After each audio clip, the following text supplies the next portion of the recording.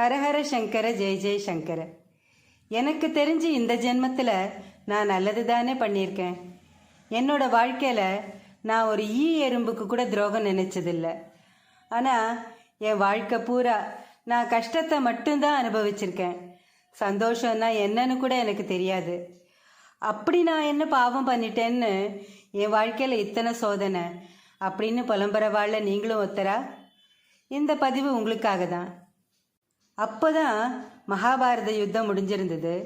திருதராஷ்டிரர் தன்னோட 100 பிள்ளைகளையும் இழந்து வருத்தத்தோடு இருந்தார். அவருக்கு ஆறுதல் சொல்றதுக்காக கிருஷ்ணர் அவரை தேடி வரார். திருதராஷ்டிரர் கிருஷ்ணர் கிட்ட ஒரு கேள்வி கேட்குறார்.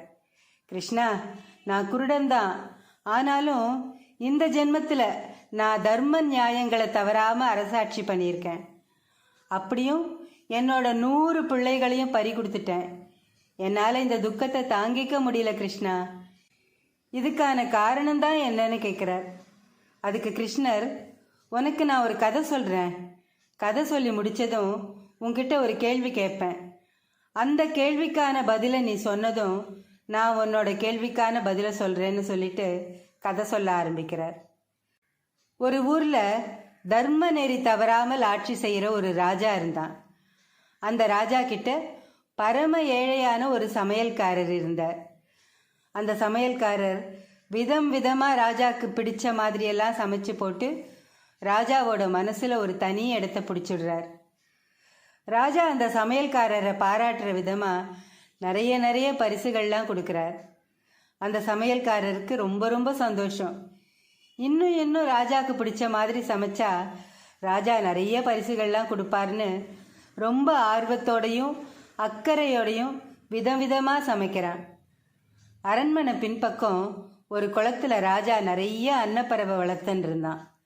அதில் நிறைய அன்னப்பறவை குஞ்சு பொரிச்சிருந்தது.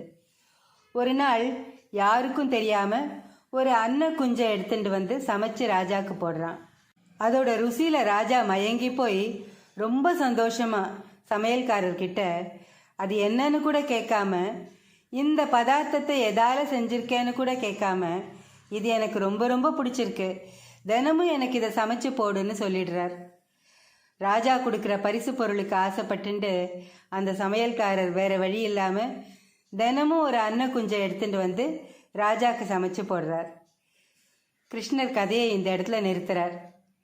இப்போ கேள்வி கேட்குறார். தப்பு பண்ணினது ராஜாவா இல்லை சமையல்காரனான்னு திருதராஷ்டிரர் கிட்ட கேட்குறார். திருதராஷ்டிரர் சொல்கிறார், அந்த சமையல்காரர் பரம ஏழை, பணத்துக்கும் பரிசுக்கும் ஆசைப்பட்டு இதை செஞ்சிருக்கான். ஆனால் இது சைவமா அசைவமானு கூட தெரிஞ்சுக்காம ராஜா கண்ணிருந்தும் குருடனா எனக்கு இது ரொம்ப பிடிச்சிருக்கு, தினமும் எனக்கு இது சாப்பிட வேணும்னு சொல்கிறாருன்னா அந்த ராஜா தான் பெரிய குற்றவாளின்னு சொல்வார். அப்போ கிருஷ்ணர், திருதராஷ்டிரா, நான் சொன்ன கதையில் வந்த அரசன் வேற யாரும் இல்லை, சாக்ஷாத் நீதான். அது உன்னோட முன்ஜென்ம கதை. அந்த ஜென்மத்தில் நீ ராஜாவாக இருந்திருக்க. உன்னோட கவனக்குறைவால் 100 அன்ன குஞ்சுகளை சாப்பிட்ருக்க. அந்த ஜென்மத்தில் அந்த அன்ன குஞ்சுகளை சமைச்ச சமையல்காரர் இந்த ஜென்மத்தில் உனக்கு மனைவியாக வந்திருக்கார். அந்த அன்னப்பறவை தன்னோட 100 குஞ்சுகளை இழந்து எவ்வளவு வருந்தி துடிச்சிருக்கும்.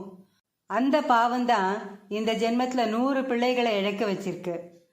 உனக்கு எது சைவம் எது அசைவம்னு கூட கண்டுபிடிக்க தெரியாமல் சாப்பிட்ருக்க. இந்த வித்தியாசம் கூட தெரியாத உனக்கு கண் எதுக்குன்னு கடவுள் உன்னை குருடனாக்கிட்டார். ஒருபோதும் கடவுள் நீதி தவற மாட்டார்.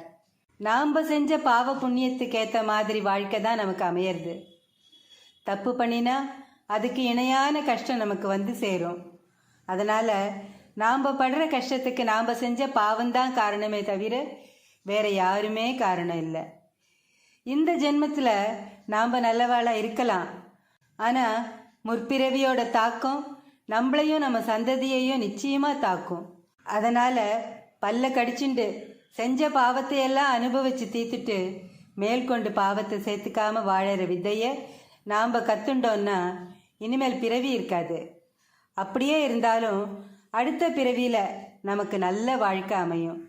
அதனால் நாம்ளும் முடிஞ்ச வரைக்கும் இந்த பிறவியில் யாரையும் ஏமாத்தாமல் துரோகம் பண்ணாமல் தான தர்மங்களை பண்ணிட்டு இந்த உலகத்தை விட்டு போவோம். நல்லதே நினைப்போம், நல்லதே நடக்கும். ஸ்ரீ மகாபெரிவா திருவடிகளே சரணம். ஹர ஹர சங்கர ஜெய ஜெய சங்கர. காஞ்சி சங்கர காமகோட்டி சங்கர.